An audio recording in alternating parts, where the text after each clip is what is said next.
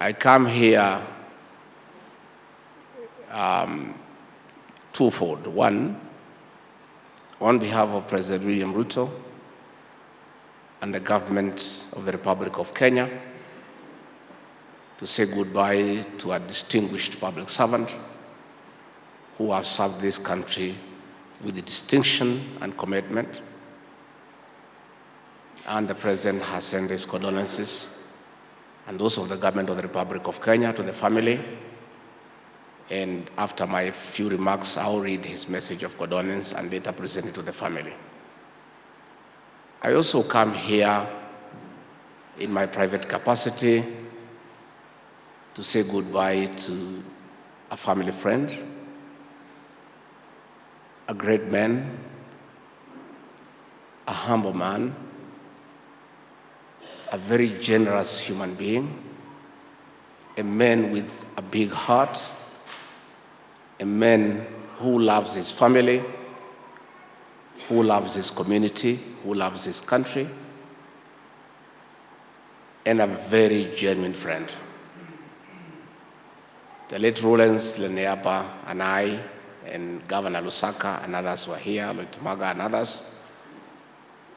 We met in the late 90s in course number 2 of 1990 at the Administration Police Training College, APTC, being young officers who had to undergo paramilitary course so that we are able to manage security and supervise the administration police officers and us.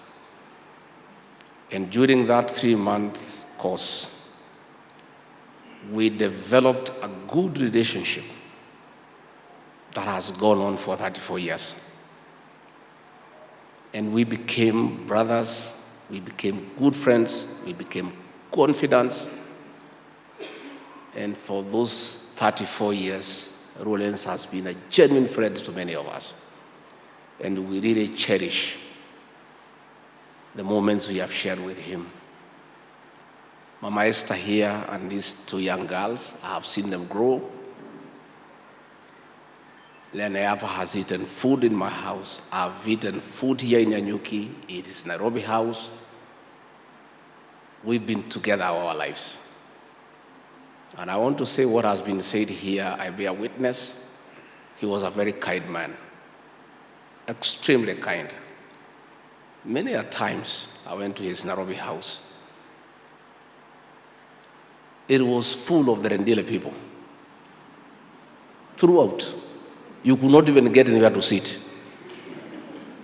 Wamejaa rumu zote, wengine wamelala kwa viti, wengine wamelala kwa mkeka. And food was flowing throughout. Nyama, soup, and that was his life. When I came here to Nyanyuki, the same story. If there is a man in my life that I know who loved his community, it's Lawlence Lenayapa, the man lying here. And I wish and I pray that my people, the Kikuyu people, we can love our people the way Lawlence Lenayapa loved these people. Sababu watu wetu saa ingine wanakata wengine miguu sana. Wakiona mtu napanda, wanataka kumuleta nini? Chini. Lenayapa taught me to love my people. He taught me. And I must say he's the one who taught me. I don't think I was that keen, but I learned from him. He spent many times in my house in Sagana. The Sagana State Lodge is next to my home. And anytime President Uhuru came down and he came with Lenayapa, he would come to spend with me at the house. We'd meet, we talk, we discuss. And the whole conversation after talking about our journey in leadership, finally, it will end with Redire and his 2 daughters. You know, Lenayapa would look at President Uhuru Kenyatta. Some time as a good controller would do find he is not in the best of moods, and then decide he needs to look for people who are close to him, who can come and have comical relief, laugh with him, ndio akae mzuri. So you look for me. He used to call me Geoffrey. Geoffrey, where are you? Kuja wewe uketi na hii mtu yako, naona ako juu kidogo, ateremke. I'll come and sit with President Uhuru Kenyatta, tunapiga story, nini. After 1-2 hours, Lenayapa niambia sasa, wacha mimi nimuitie ile watu ya maneno ngumu. Mheshimiwa Lecton, you'll tell me kama kuna watoto hapo Warendile, huyu ndugu yetu alikuwa anasomesha na mungetaka nisaidie, because his life revolved around those children. I'll be quite happy to help, because in his memory, kama there were some children alikuwa ameanzisha, hatungetaka wawache kusoma, nitasaidia.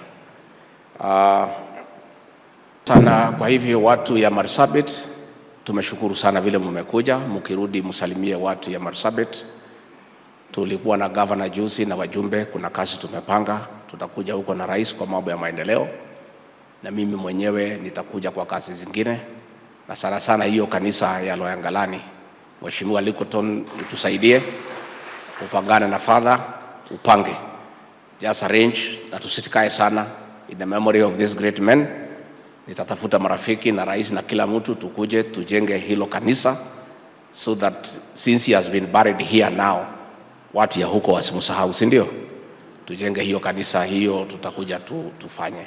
Kwa hivyo wale wote wamekuja kwa niaba ya hii familia, because I consider myself to be part of this family. Tunasema asante sana.